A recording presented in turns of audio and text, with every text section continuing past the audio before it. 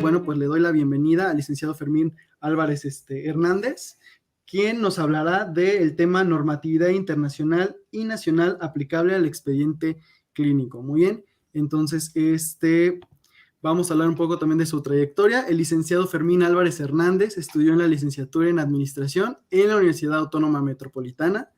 Él cuenta con una maestría en Administración de Instituciones de Salud por la Universidad La Salle y Health Systems Management por la Galil International Management Institute en Israel. Desde el 2000 ha sido jefe del Departamento de Estadística y Archivo Clínico del Instituto Nacional de Ciencias Médicas y Nutrición Salvador Subirán. Ha impartido clases a nivel licenciatura en Administración de Instituciones y Negocios, en Enfermería y a nivel de maestría en la Universidad del Pacífico Norte en Sinaloa y en el Instituto de Ciencias de la Salud de AOM, si lo pronuncié bien. Entonces, le damos la bienvenida al licenciado Álvarez. Muchísimas gracias por participar en esta sesión el día de hoy con nosotros y pues le cedo la palabra a usted para que pues podamos dar inicio a esta segunda plática del día de hoy de las jornadas de capacitación en expediente clínico. Gracias. Gracias, buenos días. Agradezco la invitación y a quien hizo posible que se lleve a cabo este evento, porque realmente la experiencia que se vive en el archivo, desde el archivo, es que, y los colegas que pudieran estar conectados y que realmente trabajan en un archivo sabrán que pues somos muy poco taquilleros los archivos en general en las instituciones, pero creo que parte de lo que será mi participación estará orientada pues a ver esta parte de cómo puedo darle un poco más de sentido a la actividad que me toca desempeñar en mi institución. Entonces, bueno, pues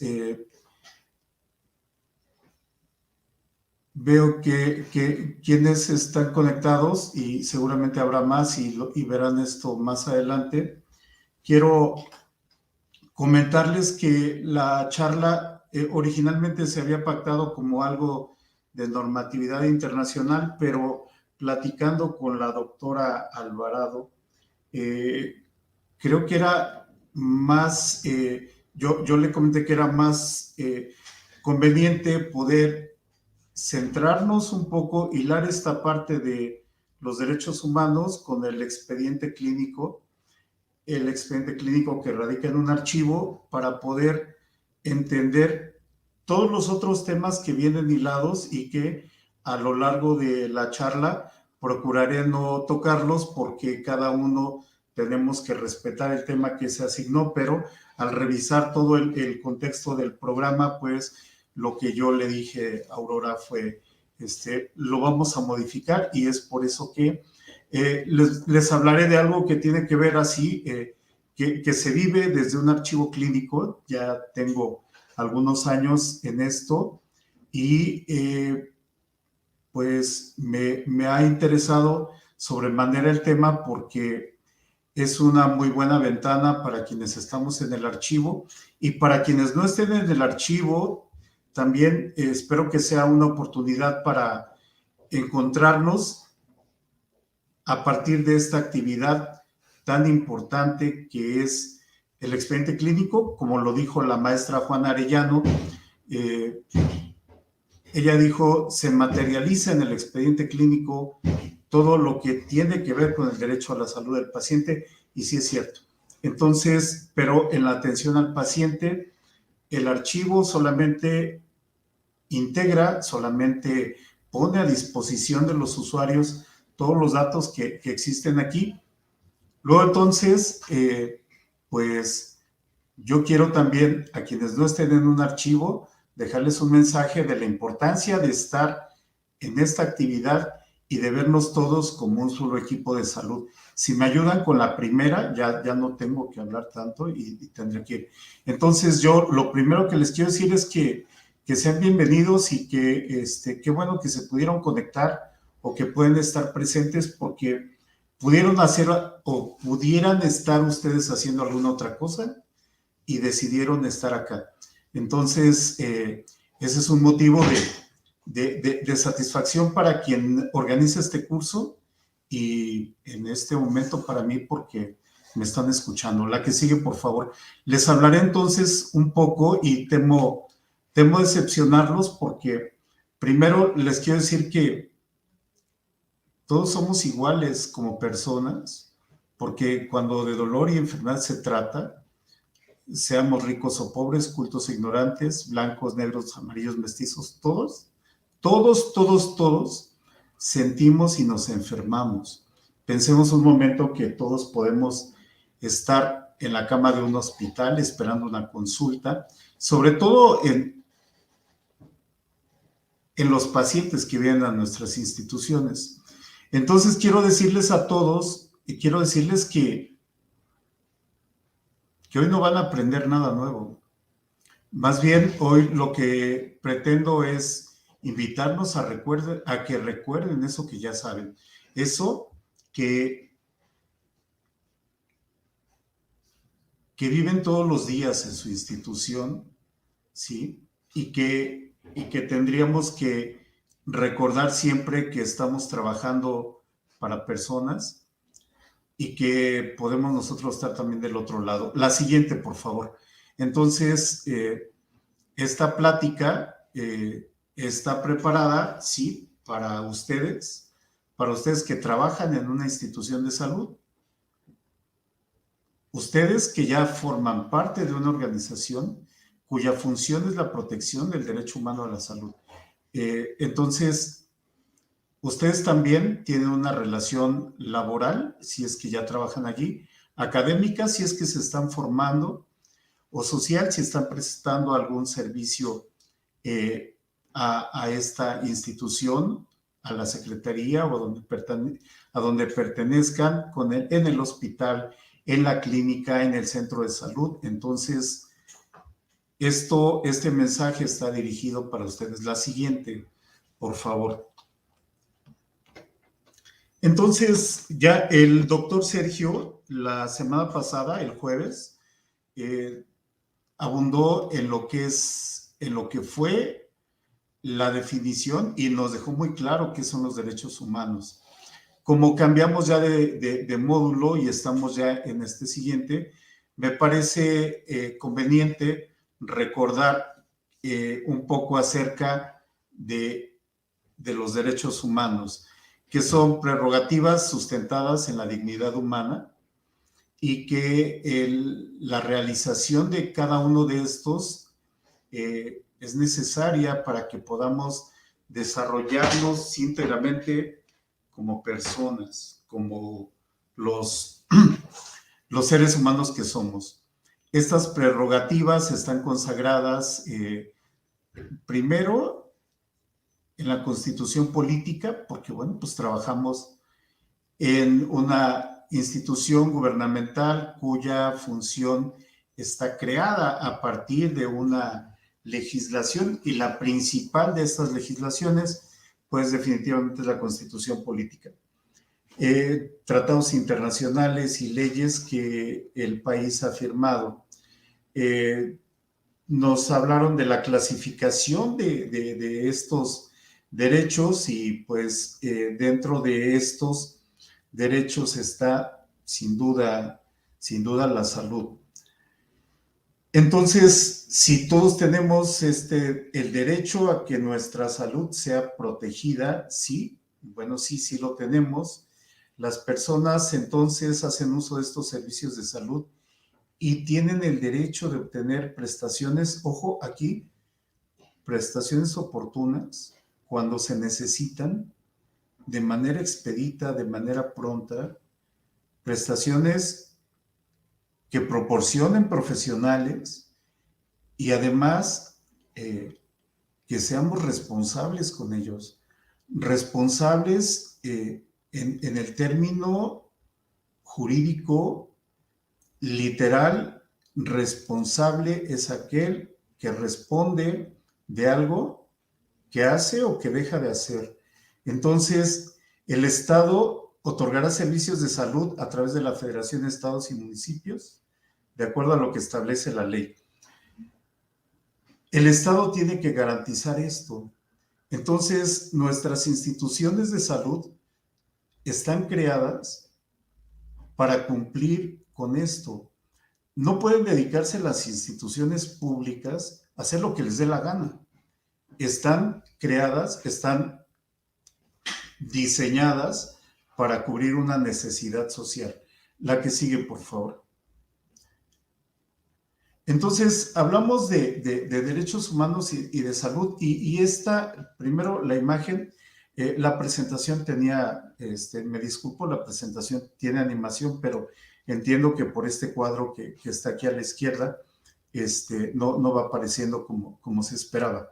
Pero bueno, entonces, la OMS dice, el goce del grado máximo de salud que se puede alcanzar es un derecho fundamental de todo ser humano, pero también nos dice que este derecho incluye el acceso, como ya decía antes, oportuno, aceptable, asequible a servicios de atención de salud de calidad suficiente. Y entonces podremos ver y sabemos, y de ahí tiene sentido esta imagen, dice, los grupos vulnerables siempre enfrentan los mayores problemas de salud. Y entonces tenemos que nosotros que saber, que identificar dónde estamos prestando nuestro servicio, cómo lo estamos haciendo, porque tenemos que pensar en la persona que está desplazándose para venir a mi servicio de salud que yo estoy proporcionando. La que sigue, por favor. Entonces, hablando de la salud como un derecho humano, pues todas las personas deben poder ejercer este derecho a la salud sin discriminación por motivos de raza, edad, pertenencia a un grupo étnico u otra condición. Se busca, y eso me queda claro que todas las instituciones hoy lo tenemos como ya como un modus vivendi, la no discriminación y la igualdad. Pero hablaba también de que no todas las instituciones, o no todos los que trabajamos en las instituciones vamos en el mismo sentido, entonces todavía hay quien se queja de discriminación y buscan igualdad ante el Estado, ¿sí? Para evitar y erradicar todo este tipo de políticas discriminatorias. Pero las instituciones y nosotros como parte de ellas estamos para materializar este derecho a la salud. Y aquí quiero comentarles algo. Quiero decirles que a veces el paciente como demandante de un servicio de salud,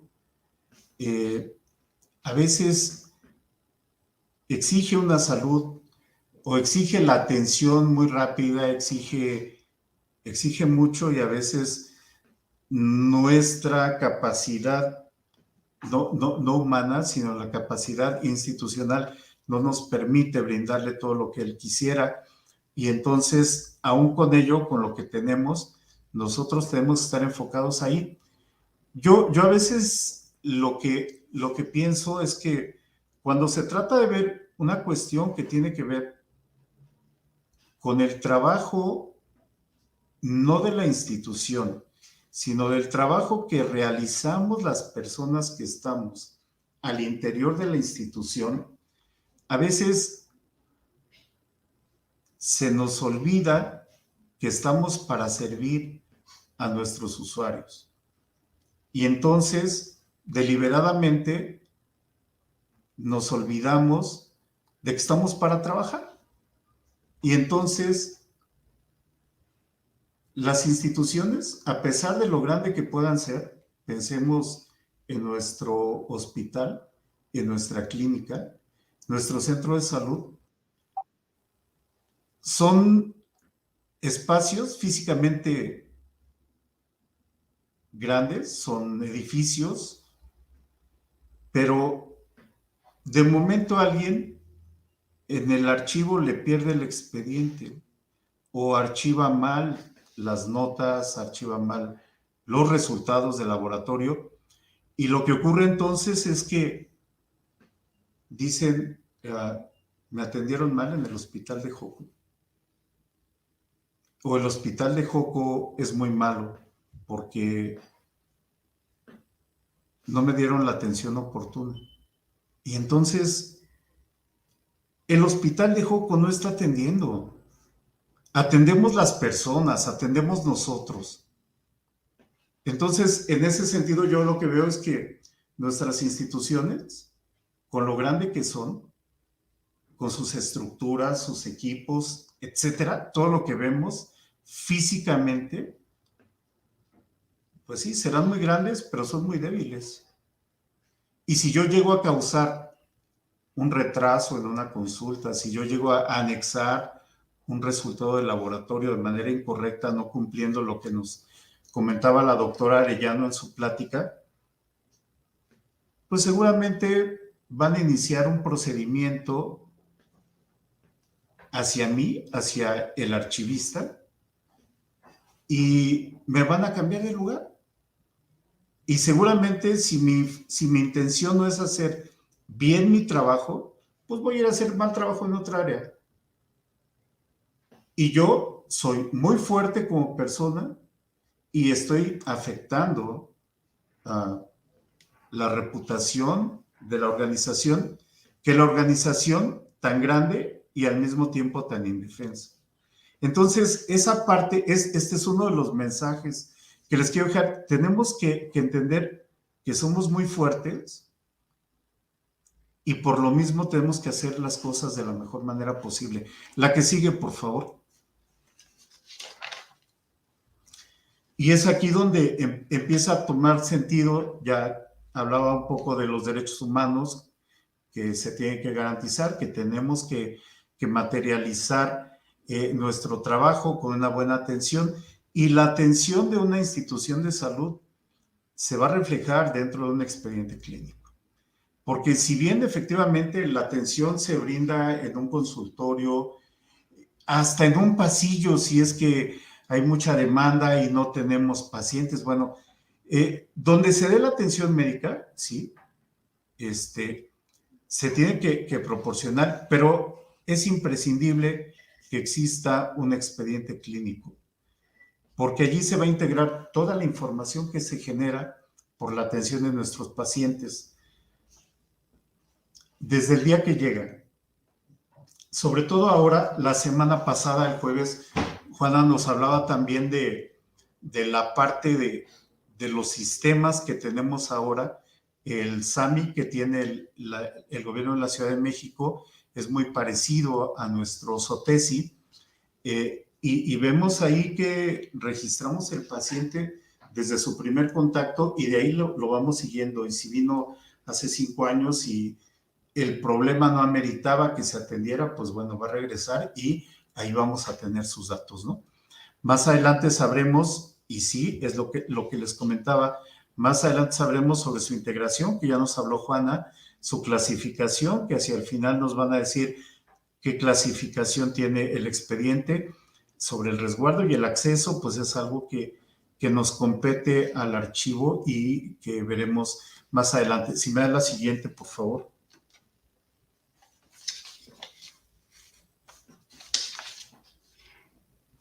Bueno, y esto ¿cómo me aplica? Yo, trabajador de la salud, tengo que buscar la forma de garantizar el derecho humano a la salud de los pacientes. El médico tiene entonces el médico, quien atienda al paciente, tiene que ir documentando todo ese historial de atención.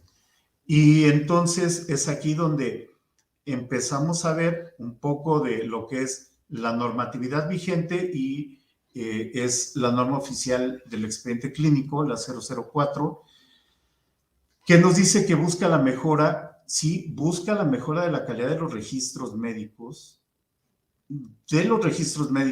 pero también de los servicios y por supuesto de los resultados. Y quiero decirles, hablando de hablando de resultados, si quien atiende al paciente no indica correctamente el diagnóstico, al final no podemos hacer una búsqueda con un diagnóstico en específico que pueda ser muy raro, y en ese sentido es que tenemos que estar alineados todos para poder cumplir con esto que nos indica la norma. Y la norma también nos dice esto, señores, esto requiere la participación de médicos, enfermeras y demás personal del área de la salud para brindar una atención más oportuna, responsable, eficiente, ojo, y amable. Así viene en la norma. Idealmente, así tendría que ser la atención que se esté brindando. Anteriormente, las normas, la 168, que es la anterior a esta, y todavía una previa, la norma técnica 52, hablaban prácticamente como de que únicamente el médico tenía que hacer anotaciones. Han evolucionado, evolucionó la norma y ahora es todo el personal de salud que interviene en la atención de un paciente debe hacer anotaciones, y tenemos anotaciones ya de enfermería, del área de psicología, del área de nutrición, de todos aquellos que pertenecen a este grupo de personal del área de la salud vinculado con los servicios clínicos. Entonces, es más incluyente en cuanto a tener que hacer las anotaciones que correspondan por la atención a el paciente. Y entonces, también hace rato la doctora Arellano decía, el expediente clínico es un conjunto de información, bueno, no sé si lo dijo así, médico-legal, pero sí tiene esta función. ¿Por qué? Porque son datos personales, ¿sí? De un paciente, datos personales, personalísimos, yo diría, de un paciente que están indicados en diversos documentos. Están indicados porque todos los documentos deben de cumplir con los datos que corresponden a quién le pertenece un resultado de laboratorio, una nota, la interpretación de una placa, etcétera. Entonces, por eso están indicados en diversos documentos y con los cuales se hace constar la intervención de todo el personal de la salud dentro de la atención médica. ¿Me dan la siguiente, por favor?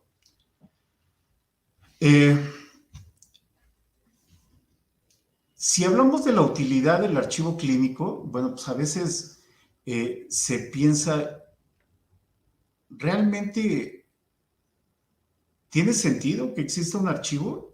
Porque a veces pareciera que un archivo es una fábrica de problemas, y a veces no sabemos ni siquiera qué tendríamos que hacer, ¿no? Por eso esa imagen de, ¿pero qué tengo que hacer exactamente?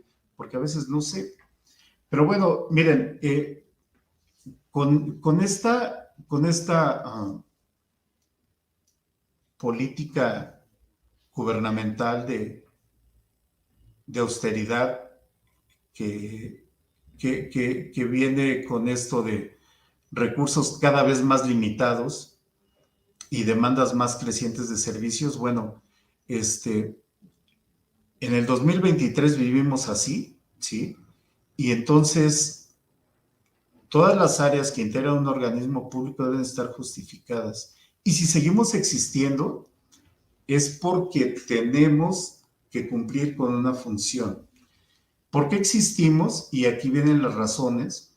Sí, hay razón de que existamos, sí, porque al desplazar un expediente hacia el área de consulta, hacia el área de hospitalización, estamos contribuyendo a la prestación de la atención médica, pensando que al desplazar ese expediente, yo lo estoy haciendo de una forma oportuna, como lo dice la norma, como lo dice los derechos humanos, la Carta de los Derechos Humanos, que ya nos dijeron que son unos 30, ¿sí?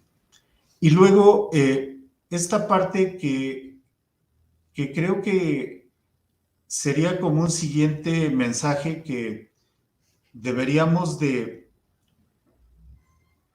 tatuarnos todos los que estamos en un archivo. Estamos para proteger intereses legales del paciente, primero del paciente, luego del médico, porque es el contacto entre el usuario y la institución, ¿no? Y finalmente la institución. ¿Por qué el paciente en primer lugar? Porque sin pacientes no hay instituciones de salud. Así de fácil, ¿eh? Así de fácil, y por eso lo más importante dentro de una institución de salud son los pacientes. Si me dan la siguiente, por favor.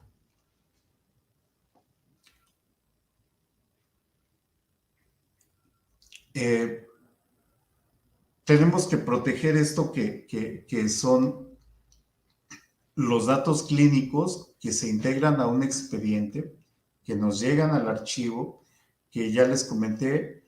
Primero, estos datos clínicos permiten establecer un diagnóstico específico y nos aplica la norma del expediente clínico, pero, por ejemplo, a la institución le aplica la norma de vigilancia epidemiológica. Y si se les va un sarampión, si se les va una muerte materna, si les va algo que estén omitiendo, pues eventualmente nos va a regresar ahí alguna observación por esta falta de registro.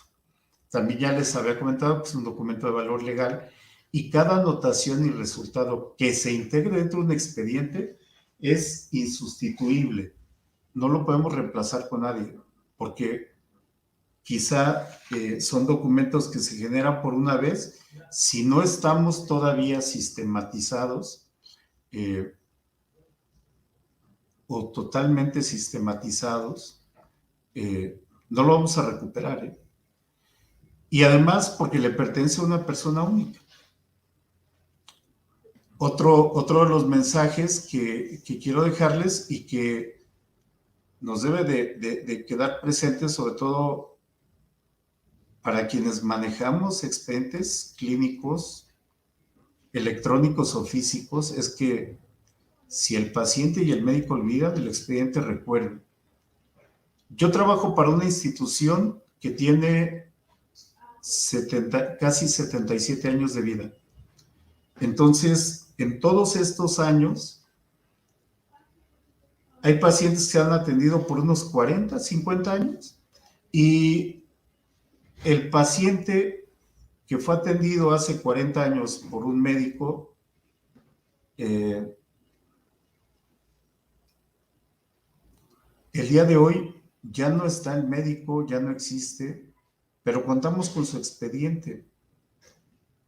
Y es ahí donde, si nosotros logramos tener un expediente completo, bien conservado, pues el expediente es el que le va a decir al médico de qué lo han tratado a lo largo de toda su vida este paciente.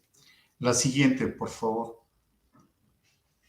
Pero ¿quién es el paciente, no? ¿Por qué me clavo mucho con esto? ¿Por qué insistir en este punto? Bueno, el paciente es la razón de ser de todo el sistema de salud.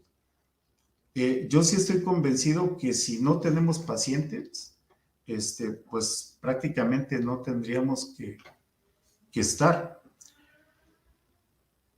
Si me da flojera a mí atender al paciente o atender a mis compañeros que vienen por un expediente a mi archivo, pues creo que tendría que cambiar un poco mi narrativa o mi esquema de pensamiento, porque el paciente no depende de mí, yo dependo de él. No viene a interrumpir mi trabajo, yo estoy para trabajar para el paciente. El paciente no viene a mi institución porque quiera venir. Él ya tiene un problema de salud, él ya viene con un problema y yo no tengo por qué generarle otro, ¿no? Yo pensando en un paciente que viene del interior de la República, por ser nosotros un instituto nacional, y y no le voy a causar una mala atención, no, yo no voy a ser parte de una mala atención, ¿no? Porque un paciente no es una estadística, el paciente es un ser humano que siente como cada uno de nosotros. Nosotros podemos ser pacientes. La que sigue, por favor. Entonces, yo te diría, si tú eres un archivista, si eres archivista, ahora sí, bueno, ¿quién eres, no? A veces se piensa que el archivista es un tipo un ser oscuro, un tipo que está encerrado en algún lugar, que no piensa, pero la realidad es que el archivista es hoy, por lo menos hoy, yo estoy convencido que debe responder a las necesidades de la sociedad, una sociedad cada vez más demandante, cada vez más informada.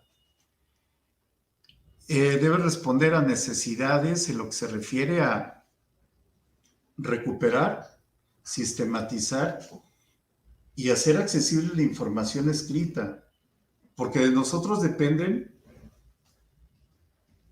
los expedientes físicos, los cuales yo en una postura personal, yo estoy convencido que todavía no podemos hablar en instituciones públicas solamente de un expediente electrónico. Todavía no lo podemos hacer.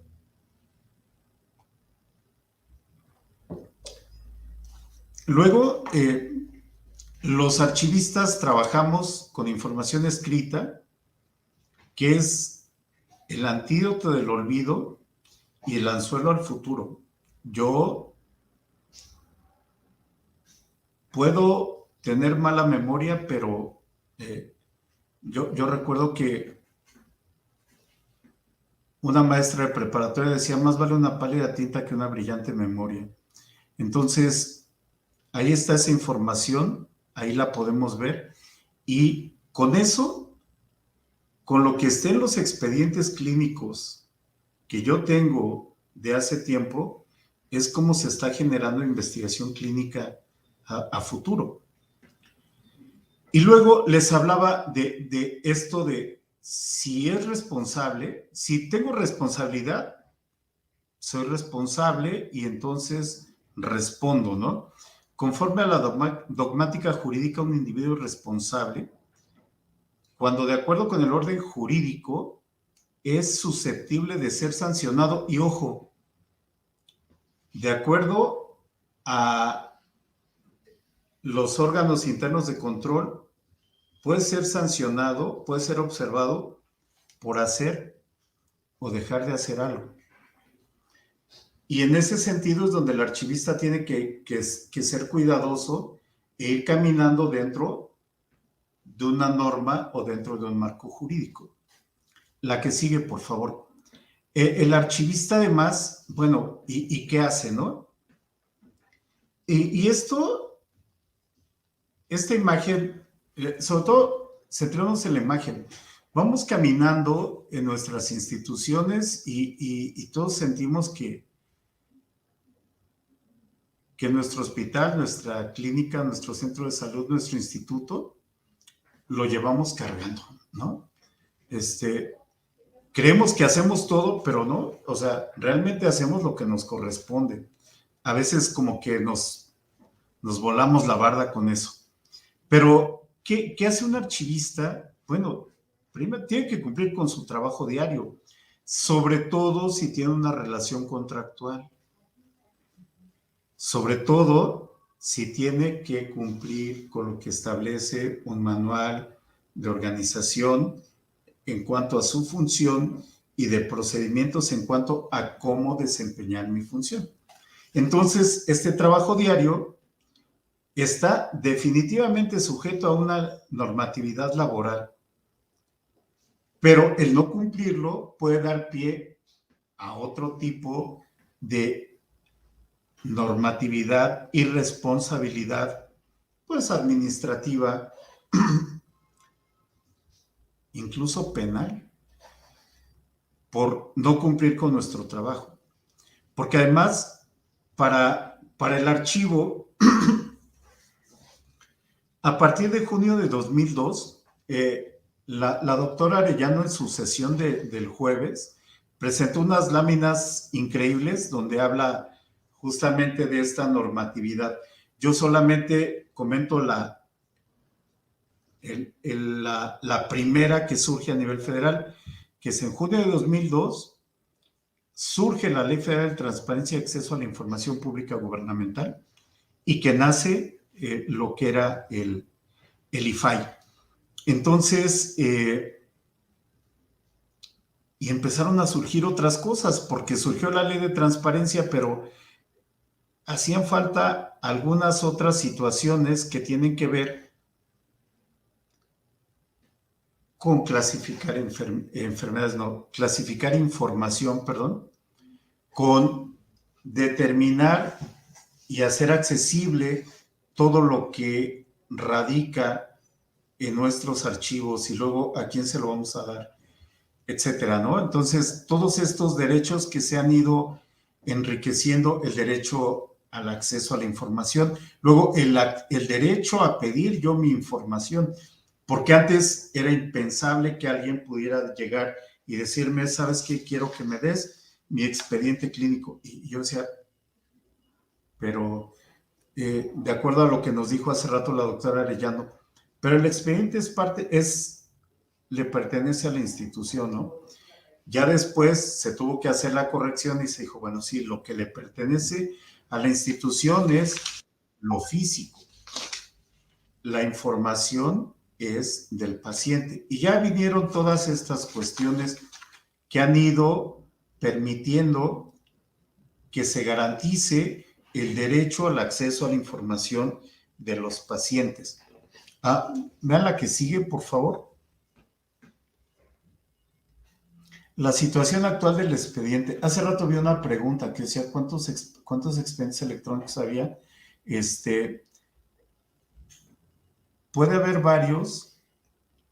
Yo recomendaría que vieran la página de la DGIS. Ahí vienen los CIRES. Los CIRES son sistemas de información de registro electrónico en salud. ¿Cuáles son los que están autorizados? Porque puede ser que haya varios en el mercado, pero los autorizados vienen ahí. Es motivo de otra charla y creo que propiamente el tema de certificación de CIRES no es parte de este proyecto de capacitación. Pero bueno, la situación actual del expediente clínico, les comentaba, el expediente electrónico, pese a lo que nos digan, no se ha consolidado. Y esto, repito, esto sí es, a mí no me han convencido de que ya todo el mundo tiene un expediente electrónico. Luego, falta homologar a las instituciones públicas en materia de tecnologías de la información. Y hace unos años tuve la oportunidad de participar en un proceso similar a este con algunos centros de salud y comentaban tristemente esto, ¿no? No todos tenemos la misma infraestructura para poder ir avanzando en esto, ¿no? Entonces, puede ser que se diga, ya está esto, ya está el entramado jurídico para hablar de un expediente electrónico, pero no hay infraestructura, pero no hay recursos para materializar esa parte, ¿no? Luego, definitivamente no basta con las mejores intenciones de algunas instituciones. Y dentro de las instituciones hay personal médico, personal de tecnologías de la información, personal de propio archivo, que puede decir, ¿podemos hacer las cosas así? Pero se empiezan a hacer las cosas y resulta que estamos incurriendo en alguna falta. Entonces, luego no basta solamente con eso, ¿no? ¿Por qué? Porque deben atenderse aspectos normativos, ¿sí? Que son cambiantes y vinculantes con algunas otras disposiciones, ¿no? Puede ser que tengamos la posibilidad de hacer un expediente muy rápido, muy sencillo, pero requiere que se invierta en cierto tipo de licencias y la filosofía hoy de de la política gubernamental en materia de tecnologías de la información es open source, ¿no? Y entonces, pues va a ser muy difícil que podamos avanzar si no atendemos todo esto, ¿no? Regresamos a lo que les decía hace rato, a esa responsabilidad de hacer o dejar de hacer, ¿no? O sea, puedo hacer algo, pero estoy incurriendo en alguna falla normativa y entonces eso me va a generar un problema. Indudablemente vivimos en un vertiginoso desplazamiento tecnológico. Lo que sirve hoy, mañana pasado ya no va a servir, ¿no? Y de hecho hoy estamos ya en el pasado. Porque los trámites oficiales para búsqueda y asignación de recursos son más que lentos, son tortuosos. Yo puedo decir, necesito tener un equipo con ciertas características y lo puedo meter en mi programa anual de inversión. Pero si este año no hay posibilidad de que haya, de que entre equipo de cómputo en mi programa de inversión, pues ya se difirió para el otro año. Y para el otro año, es decir, para el 24 lo vuelvo a meter, pero es lo que van a comprar en 2025. Y si me llega a finales del 25, ya prácticamente estamos en el 26, pero yo pedí condiciones o características del 23. A eso me refiero, a que son muy lentos los trámites, son muy lentos los procesos y tenemos que vivir con eso. Entonces, no es que, y aquí sí yo entiendo totalmente que no todo depende de tener una buena intención, ahí lo digo, sino de que haya armonía en lo que se busca y en lo que se puede lograr realmente hacer en nuestra institución. ¿Me dan la que sigue, por favor? Ya casi acabamos. También es cierto que al ir modificando o al ir entrando todas estas nuevas tecnologías o nuevas herramientas para facilitarnos el trabajo, resulta que con ello se incrementan las necesidades de capacitación para el personal. Por eso esta capacitación, aun con lo mala que pueda ser esta charla que están escuchando, ¿saben qué? Es lo poco que les están ofreciendo y es algo realmente excepcional. El archivo clínico casi no es tomado en cuenta. Luego existe un choque generacional entre el personal de las instituciones de salud. Y cuando me toca a mí platicar con temas no necesariamente de sino cuando se trata de un cambio organizacional, pues, ¿qué identificamos? Vamos a identificar 3 tipos de personas.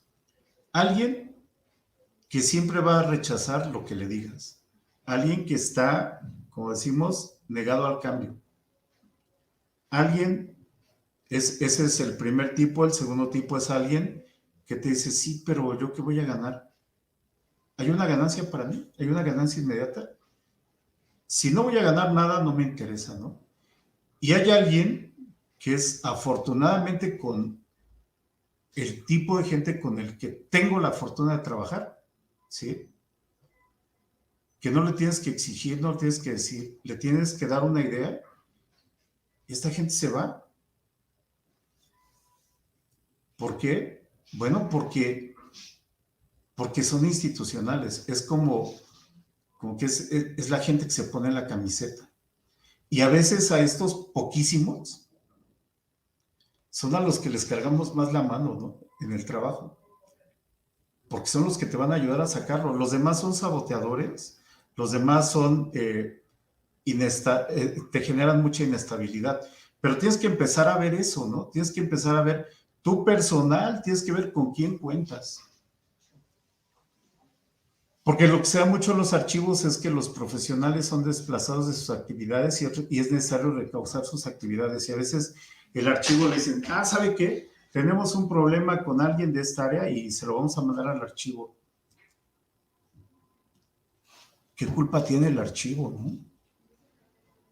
¿Qué culpa tiene?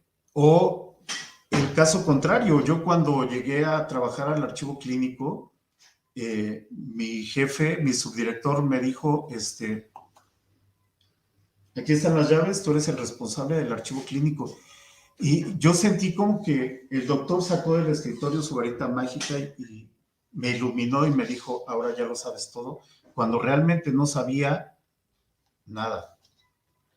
Entonces, tenemos que ir viendo cómo ir preparándonos para eso, pero yo también digo que se empieza por la cabeza y tienes que empezar tú por hacer lo que te corresponda, no por lo que hagan los demás ni ver lo que hacen los otros. Luego, la formación del personal de salud, como médicos, enfermeras, nutriólogos y demás, debe incluir otras disciplinas, deben de irlos formando en otras disciplinas. Por ejemplo, los médicos que ya tienen muchos años en las instituciones, pues invitarlos a algún curso de capacitación para manejo de software, ¿no? Igual enfermeras que ya tengan muchos años, etcétera, para que vayamos viendo cómo podemos articularnos con los demás. Y finalmente, lo que pasa en un archivo es que nunca hay recursos para esto, se asignan recursos mínimos para esta tarea. Y eso es en todos lados, no conmigo, no con ustedes, eso es por todos lados. Por favor, me dan la siguiente. Ya para empezar a cerrar esto,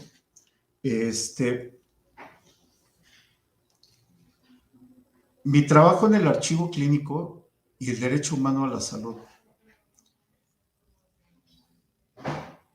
La salud, como se ha dicho antes, y eso lo dejó muy claro el doctor Sergio el jueves, es un derecho humano universal e inalienable. Porque todos tenemos derecho a la salud, seamos lo que seamos, ¿sí? Entonces, si yo trabajo en una institución de salud, yo debo conocer y fomentar este derecho para que nadie lo afecte. La salud con otros derechos son parte de estos 30, incluidos en la Declaración Universal de los Derechos Humanos. A eso se refería prácticamente la lámina del principio, donde decía, bueno, la OMS dice esto, ¿no? Son derechos que están consagrados y que nosotros estamos para trabajar y protegerlos. Me dan la siguiente, por favor. Entonces, yo diría, ¿cómo puedo ayudar? Bueno, yo te diría, pues siendo empático, y la empatía no es otra cosa que la habilidad de colocarse en el lugar del otro. La empatía es, hablando en términos de salud o médicos, la empatía es esa medicina que necesita el mundo. Todos necesitamos ser empáticos. Y no solamente en mi trabajo, ¿sabes por qué? Porque si tú eres empático desde tu casa, en el trayecto de tu casa al trabajo y en tu trabajo, se genera una dinámica diferente a esta que vivimos día con día, de mucho estrés, de reaccionar incorrectamente a veces ante las necesidades de los demás. La que sigue. Porque si soy empático voy a entender que el paciente es más que un paciente, el paciente es un ser humano. Y ¿sabes qué? Ese paciente que viene el día de hoy a verte al consultorio, que te viene a preguntar algo al archivo, que te viene a pedir que le tomes la temperatura o la tensión arterial, ese paciente es el padre de alguien, esa paciente es la madre de alguien, ese niño, esa niña es el hijo de alguien, ese paciente es el amor en la vida de alguien. Eso es algo que no se te debe olvidar, eso es algo que tú tienes que hacer, que tu misión sea cuidar ese amor de la vida de alguien.